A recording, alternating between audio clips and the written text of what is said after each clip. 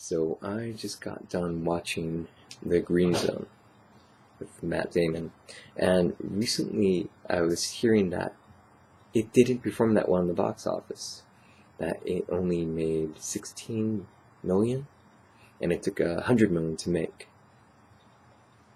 And I know that it's a war-type movie based in, Afghanistan, but when I saw this movie, even though it did have war in it, I didn't really see that as the main thing. I saw it was more of Matt Damon doing what he does best. Fighting, getting to the bottom of it. Of course, there's always some type of corruption scheme taking place, and that's what it was. And I thought it was really good for what it was. Very good. Yeah, and then, of course, reading or hearing about this movie and that saying that the person who produces is the same person who did Bourne Supremacy and Bourne Ultimatum, and that they were hoping that he would make a fourth Bourne movie, and that this would hopefully be the way of getting this guy to do it. But seeing how it didn't perform that well, that Matt Damon's not doing it, and neither is the guy who directed those other two movies and this film, he's decided not to do a fourth Bourne movie because of this, which I think really sucks. And there is one interesting thing. See, I got my ticket stub.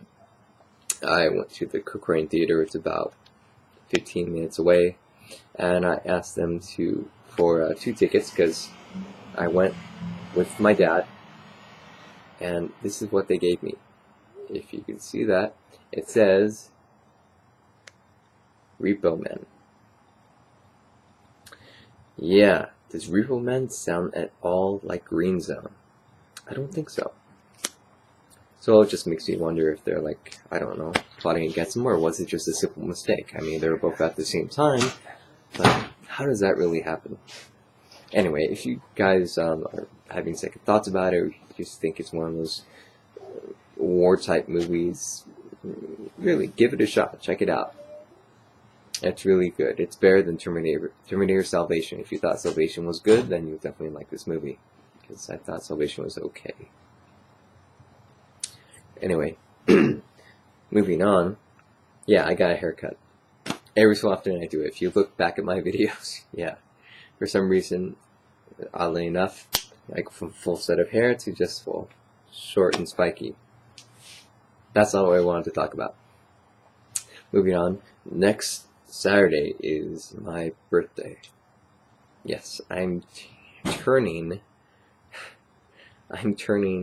29. Yikes. Yeah, and I do say yikes. Why? I don't know. It hits me. I guess when you're a teenager, you really want to get to 18. Then, I guess 21, because that's when you get all the prayer, which is that a normal adult does. And then when you finally reach 21, you think 25 is the next best thing. So 22, 23, and 24 don't really matter that much to you. Sure, they're good, but they're not that great. And then once you hit 25, you're like, yes! And then you notice that there's no going back. And what's left is just aging and aging and aging. For me, since my birthday's the 27th of March, 27 was my golden birthday. So I had like one more thing to look forward to. But since I've passed that, now it's different. It's really different because, I don't know, just hitting 29 really makes you look back on everything. You see things as like short flashes of your childhood, of everything. College, high school, everything becomes more condensed. It's not like you don't remember it, but they're yesteryear type stuff. Like right now, if you're in your 20s, think back to your childhood, and that's how you'll see college and high school right when you're in your like late 20s. That's how you're going to see it. I know it sounds strange, it sounds odd, but yeah, that's how I'm seeing it. So hitting this 29 benchmark, it really makes you think about what you're doing in life, where you're going, and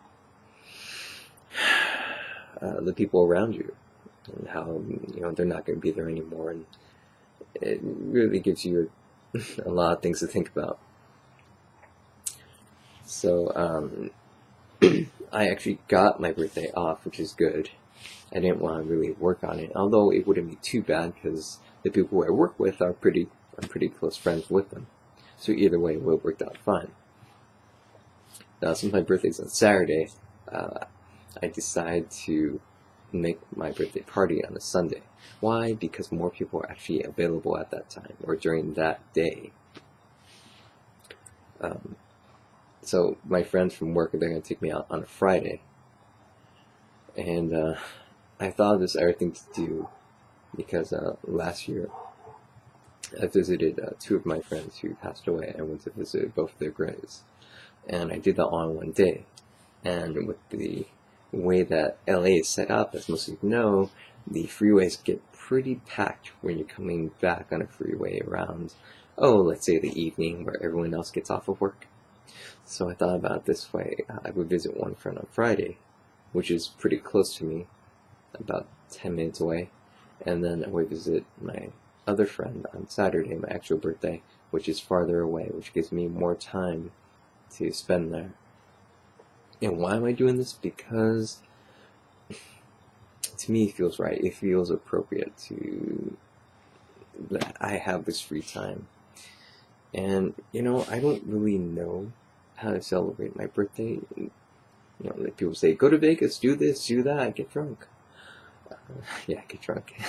Which is one thing I am kind of planning to do, except, with my friends, so there will be a safe driver.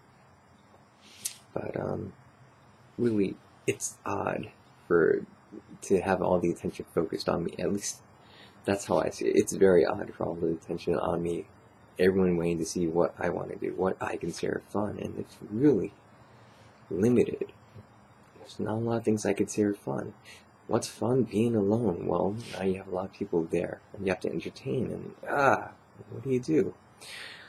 So I have a couple of things planned, but I'm really not up for that. But visiting those who I care about, those who have actually passed away, spending my time there, seems like an appropriate thing for me to do. Why? It just does. So that's what I'm planning to do. And then, of course, on my birthday, aside from visiting one of my friends, I'm going to spend some of the day with my family. And my brother included, because I don't get to see him that often. He lives in an apartment about maybe 20-25 minutes away. So I don't see him that often. He works and he's in 3 different jazz bands, and he also can arrange music, which means he basically take instruments or basically a song that's in one key, and when you go to different instruments, they're set to different keys automatically, so you have to change one key and move it to another key so that instrument will play on key with the rest of the band. And that's what he knows how to do very well. Aside from playing in different jazz bands altogether, he's really good at that. So hopefully I'll get to spend some time with him as well. And of course I'm going to have my birthday party on Sunday, which I'm having, including me, my brother and sister, as for some reason I still think non-adults, because I think my parents and then my aunt, my uncle, I think of them as still higher up in adult age. I don't want to say seniors because that sounds a little strange, but so all my friends, there we go, all my friends, there's going to be 13 of them, counting my brother and sister. It's going to be 13 people there, and that's almost the most I've ever had at my house at one time. And of course my godparents are going to be there too, and they're counted in the adult category up there. And there's we'll say 6 adults for now, okay? I don't count as one. So that's going to be something. That's like a full house. So there's going to be food, entertainment. I'm just crossing my fingers, hoping everything goes well. Because, again, I don't like all eyes on me, that I have to be the entertainer and the host of everything. I'm not very good at that. Again, I'm one for being in the shadows, following other people's lead. And slowly I'm getting out of that. That's to be hosting a party I really have to plan ahead and try to keep everyone entertained and make sure everyone's talking and having a really good time. That's how I'm seeing it. I'm not seeing it as that, okay, you guys are here, good, have fun, I'm going to be alone and enjoy my pizza. Yeah, that doesn't really sound good at all. Yeah. And then after this next week that comes, the following week, with my friends who I used to do karaoke with, because I don't do that as often. Why? I just really couldn't find a lot of songs to sing. And the way the karaoke thing was set up, inside a bowling alley, there's a small bar. I haven't been to too many, but it seems pretty big to me. The music tends to drown out your singing, so you really have to sing. Some other karaoke places, the vocal and the instrumental are even, so if you sing, you really don't have to push hard on your vocals to really get heard. And for me, when I sing, I tend to have a softer voice, so even if I hold the mic closer to me, and I know how the mic works and everything, even though I hold it very close to my mouth, I really have to push to get my voice out there to go over the music being played. So yeah, I just kind of figured no. Anyway, some of my friends from there are gonna plan another celebration. So yeah, so that's gonna be like 3 celebrations within 2 weeks, which is not bad. That's pretty cool. But now I'm just thinking, well, how am I gonna celebrate my 30th birthday? I mean, that's gotta be something special. And again, no, I'm not thinking Vegas. Why does everyone want to go to Vegas? Why? I don't gamble, I don't like drinking, bright lights, I'm photosensitive. Why would I go there? I'm not really too much into traveling, so it doesn't make too much sense. Disneyland, Knott's Berry Farm, well, those are places you usually go on family vacations, or just spending time with your family, or boyfriend or girlfriend, or just friends in general. Why would I go there on the 30th? So I really have to put some thought into this. Any suggestions? I'm all open for it. Yeah, let me know. What else? Well, aside from that, I know there's one other thing to talk about. Let's see, what else to talk about? Oh, yeah. PlayStation 3. I'm not the hugest fan of Sony, but as you can tell, PlayStation 3s are very difficult to find. And I'm getting bombarded from calls and fries. Everyone's saying, hi, do you have any PS3s? Do you have any PS3s in stock? Do you have any PS3s? Why are they asking for PS3s? Well, that was the question that I really wanted to find out. I asked one guy, and he just told me the generic thing. Well, because it has a hard drive, and you can do a lot of things with it and put stuff on it, you know? Yeah, that's not really it. PS3 came out in 2006. Sales have been down for quite some time. They really don't get sold out until like Christmas time. Other than that, you usually have them in stock. They don't go that fast. But yet, all of a sudden, let's say in less than a month, these PlayStation 3s are gone just like that. And people are calling about them constantly. Well, I read in the newspaper about, let's say a week ago, that this game, God of War 3, came out.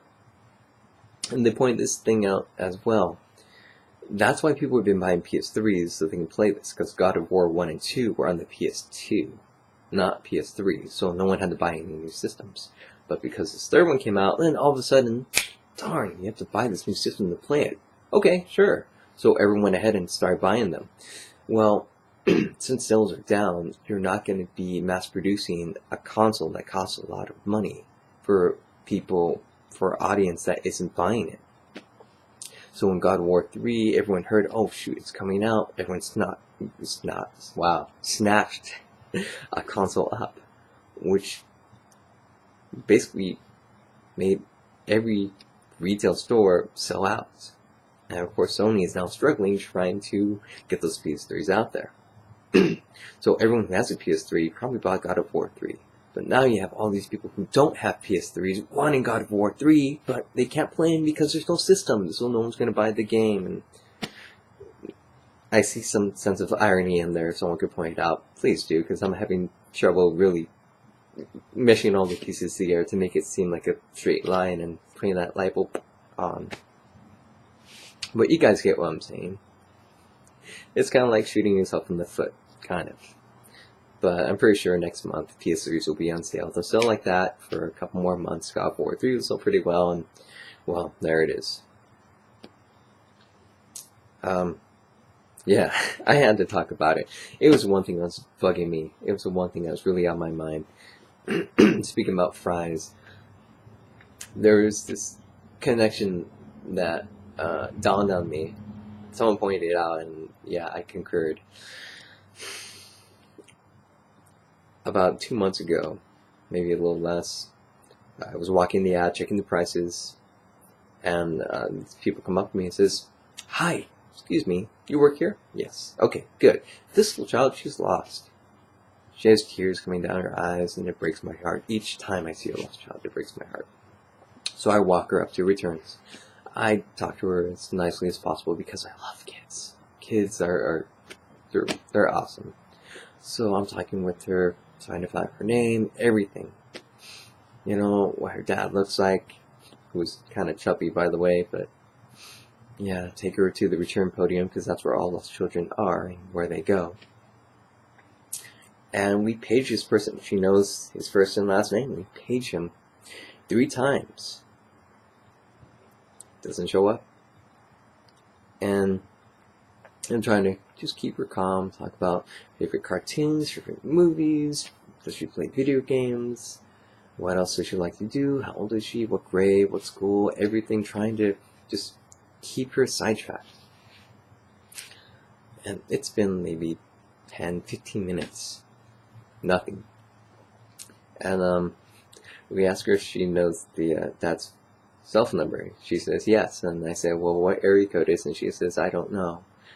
And there's like 4 of us there, and we all look at each other. I'm like, well, what's the phone number? The first thing she says is the area code. So, go figure. Anyway, we call, we even leave a message. This guy doesn't pick up. So, the last place we saw him was in audio video, which is televisions, not electronics. Electronics. So anyway, we take the girl. There's a CA who is basically a customer service associate. Usually they're the ones who check your bags. They're kind of like security. So there's one person on my side, and we're walking with this girl. We're holding her by the hands. And we're like, if you see him, just let us know. And I think her name was Katie. So we're walking and walking. As soon as we start to head into the audio video department, I see this one gentleman say, "Katie!" Nice and loud. And of course she starts to break down in tears, and I walk her towards the adult. And I tell him, "You know we paged you 3 times over the speakers, very loudly. We said your name 3 times at like 5 minutes apart. And we even called your cell phone to leave a message to let you know exactly where your daughter was." And he's like, "Oh, I didn't hear it." Yeah. He said, well, she was very scared, and the last thing she needs is someone to yell at her. Okay, so just be nice to her. He doesn't say anything. And so, you know, she was there, and so I slowly walk away and walk back with the CA, and guess what he does? He starts yelling at her and scolding her. Walk back to the podium. Of course, the person in charge of the store is there. Managers from all the departments, they take turns every 2 or 3 hours. They're the new PIC. And in this case, it was the manager from audio video. And she says, "He yelled at her, didn't he?" And he said, "Yeah." And the funniest thing is that all lost children are lost by the male, the father figure. And where are they lost? In computers and in audio video. If you are an adult who watches this and you think, well, kids wander off, well, yeah, they don't know any better. And if you're stuck staring at a TV or watching computers, you're wandering off on your own too. You have to watch out for your children. Again, if you're watching TV, they're probably going to be staring. If you walk off, don't assume they're following you. Watch after them. They're not the ones to blame. They don't know any better. I don't care how old they are. They don't know any better. You do. You have common sense. Watch over them. It's your fault if you lose them. It's not their fault. They're scared. They don't know where to go. If you guys work for retail, any of you guys watching, please let me know I'm not alone in this. Tell me, all fathers lose their daughters or sons than mothers. Mothers have like keen sense. They keep an eye on like little children like that. Anyway, yeah, I guess that's gonna be it. So I hope you guys are all doing well. Again, shout outs to everyone who blogs on YouTube, especially all my friends. I know sometimes it can be difficult. Sometimes you really don't feel like doing one, but today, you know what? I felt like doing one. I had to do one. I just had to get it all out of my system. Really, I had to. So, yeah, I hope you guys are all doing well. Hope to hear from you guys soon. Take care.